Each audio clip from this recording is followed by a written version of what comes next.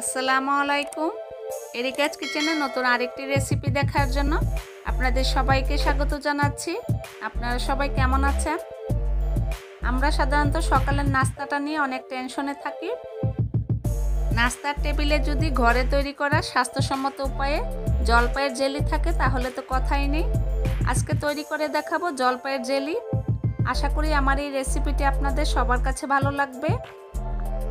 জলপাইয়ের জেলির যে কালারটা দেখা যাচ্ছে একদম ন্যাচারাল একটি কালার। এই জেলিটাতে আমি কোনো রকম কালার ব্যবহার করিনি বা কেমিক্যাল ব্যবহার করিনি। খুব সহজে ঘরে থাকা সামান্য কিছু উপকরণ দিয়ে জেলিটা তৈরি করেছি। আশা করছি রেসিপিটি আপনাদের সবার কাছে ভালো লাগবে। রেসিপিটি শুরু থেকে শেষ পর্যন্ত দেখার জন্য অনুরোধ রইল। তাহলে চলুন দেখে নেওয়া যাক কিভাবে তৈরি করব। জেলি তৈরি করার জন্য আমি এখানে 500 গ্রাম পরিমাণ জলপাই খুব ভালোভাবে ধুয়ে পরিষ্কার করে নিয়েছি। তারপর আমি জলপাইগুলোকে ছোট ছোট করে এইভাবে কেটে নিয়েছি। এখন আমি এই কেটে রাখা জলপাইয়ের মধ্যে 1 চা চামচ লবণ দিয়ে দিব আর দিয়ে দিব পানি।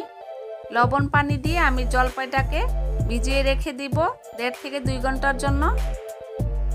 লবণ আর পানি দিয়ে জলপাইটাকে ভিজিয়ে রাখার কারণে জলপাইয়ের যে কষ থাকে সেটাও চলে যাবে আর টক ভাবটাও কিছুটা কমে আসবে। 2 ঘন্টা পর আমি জলপাইগুলোকে লবণ পানি থেকে তুলে খুব ভালোভাবে ধুয়ে নিয়েছি। এখন আমি একটা হাঁড়িতে জলপাইগুলো ঢেলে দিব আর দিয়ে দিব 1 লিটার পরিমাণ পানি। আমি 500 গ্রাম পরিমাণ জলপাই নিয়েছি, এজন্য 1 লিটার পরিমাণ পানি দিয়েছি।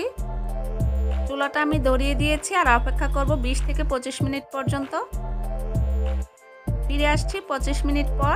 এরই মাঝে জলপাইগুলো খুব ভালোভাবে সিদ্ধ হয়ে গিয়েছে, পানিটাও কিছুটা কমে এসেছে। এখন আমি চুলা থেকে নামিয়ে নিব। জেলি তৈরি করার জন্য আপনারা যতটুকু জলপাই নেবেন তার ডাবল পরিমাণে পানি দিয়ে সিদ্ধ করে নিতে হবে। আমি একটা বাটিতে চালনি দিয়ে দিয়েছি। এখন আমি জলপাইগুলো ঢেলে দিব। ঘরে তৈরি করা এই জলপাইয়ের জেলিটা দোকানের কিনা জলপাইয়ের জেলি থেকে অনেক বেশি মজাদার হয় খেতে। আপনারা বাসায় ট্রাই না করলে বুঝতে পারবেন না। আর তৈরি করা একদমই সহজ, অল্প কিছু উপকরণ দিয়ে তৈরি করা যায়। জলপাইগুলো আমি ছেঁকে পানিটা নিয়ে নিয়েছি। জলপাইয়ের এই পানিটা আমি একটা কাপ দিয়ে মেপে নিব। যেই হাঁড়িতে আমি জেলি তৈরি করব সেই হাঁড়িটাতে মেপে নিচ্ছি।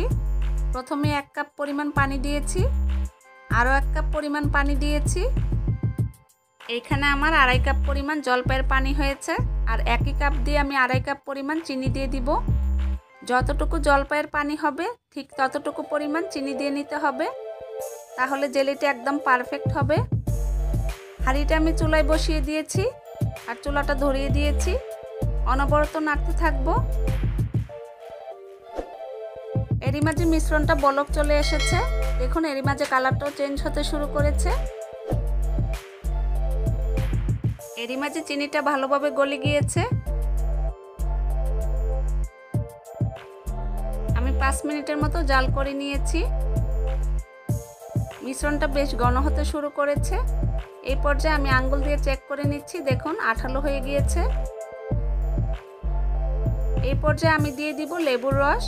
আমি এখানে 1 টেবিল চামচ পরিমাণ লেবুর রস নিয়েছি। লেবুর রসটা দিয়ে আবারও খুব ভালোভাবে মিশিয়ে নিব। জেলি তৈরি করার সময় জেলির মধ্যে এই লেবুর রসটা দেওয়ার চেষ্টা করবেন, তাহলে দেখবেন জেলি থেকে খুব সুন্দর একটা ফ্লেভার বের হবে। লেবুর রসটা দিয়ে খুব ভালোভাবে মিশিয়ে নিয়েছি। এখন আমি দিয়ে দিব 1 টেবিল চামচ পরিমাণ ভিনেগার।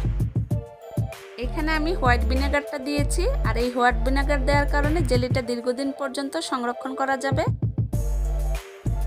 আমি আরও কিছু সময় জাল করে নিয়েছি। দেখুন এরই মাঝে কালারটা চেঞ্জ হতে শুরু করেছে।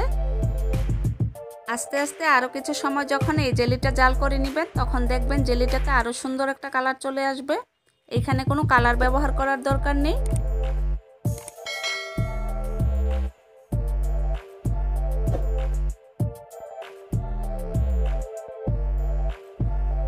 দেখুন এরই মাঝে কালারটা কতটা সুন্দর হয়েছে আর বেশ ঘন হয়ে গিয়েছে। এখন আমি একটা বাটিতে সামান্য একটু মিশ্রণ তুলে নিব, তারপর আমি ঠান্ডা করে চেক করে নিব। এখন আমি এই মিশ্রণটাকে ঠান্ডা করে নিব। মিশ্রণটাকে আমি ঠান্ডা করে নিয়েছি। দেখুন এখন আমি একটা আঙ্গুল দিয়ে চেক করে নিচ্ছি। দেখুন জেলিটা একদম পারফেক্ট হয়েছে। এর থেকে বেশি সময় নিয়ে জাল করা যাবে না, তাহলে জেলিটা বেশি শক্ত হয়ে যাবে। এখন আমি জেলিটা চুলা থেকে নামিয়ে নিব। জেলির এই মিশ্রণটাকে কাচের বয়মে গরম থাকা অবস্থায় ঢেলে নিতে হবে, না হলে হাঁড়িতে জমাট বেঁধে যাবে। আমি এখানে ছোট ছোট কাচের বয়মে জেলির মিশ্রণটা ঢেলে দিয়েছি। এখন আমি অপেক্ষা করব 2 থেকে 3 ঘন্টা পর্যন্ত। এই 3 ঘন্টার মধ্যে জেলিটা খুব সুন্দরভাবে সেট হয়ে যাবে। ফিরে আসছি 3 ঘন্টা পর। দেখুন এরই মাঝে জেলিটা খুব সুন্দরভাবে সেট হয়ে গিয়েছে। দেখুন জেলিটা কতটা পারফেক্ট হয়েছে আর কতটা ইয়ামি হয়েছে, আর কালারটা কতটা সুন্দর হয়েছে। আশা করি আমার এই রেসিপিটি আপনাদের সবার কাছে ভালো লেগেছে। দেখুন জেলিটা কতটা পারফেক্ট হয়েছে। ঘরে তৈরি করে এই জেলিটা অনেক স্বাস্থ্যসম্মত উপায়ে তৈরি করা আর খেতে অনেক বেশি মজাদার। আশা করছি আমার এই রেসিপিটা ফলো করে আপনারা খুব সহজেই ঘরে জলপাইয়ের জেলি তৈরি করবেন আর আমাকে কমেন্ট করে জানাবেন কেমন লেগেছে। রেসিপিটি ভালো লাগলে প্লিজ আমার চ্যানেলটিকে সাবস্ক্রাইব করতে ভুলবেন না।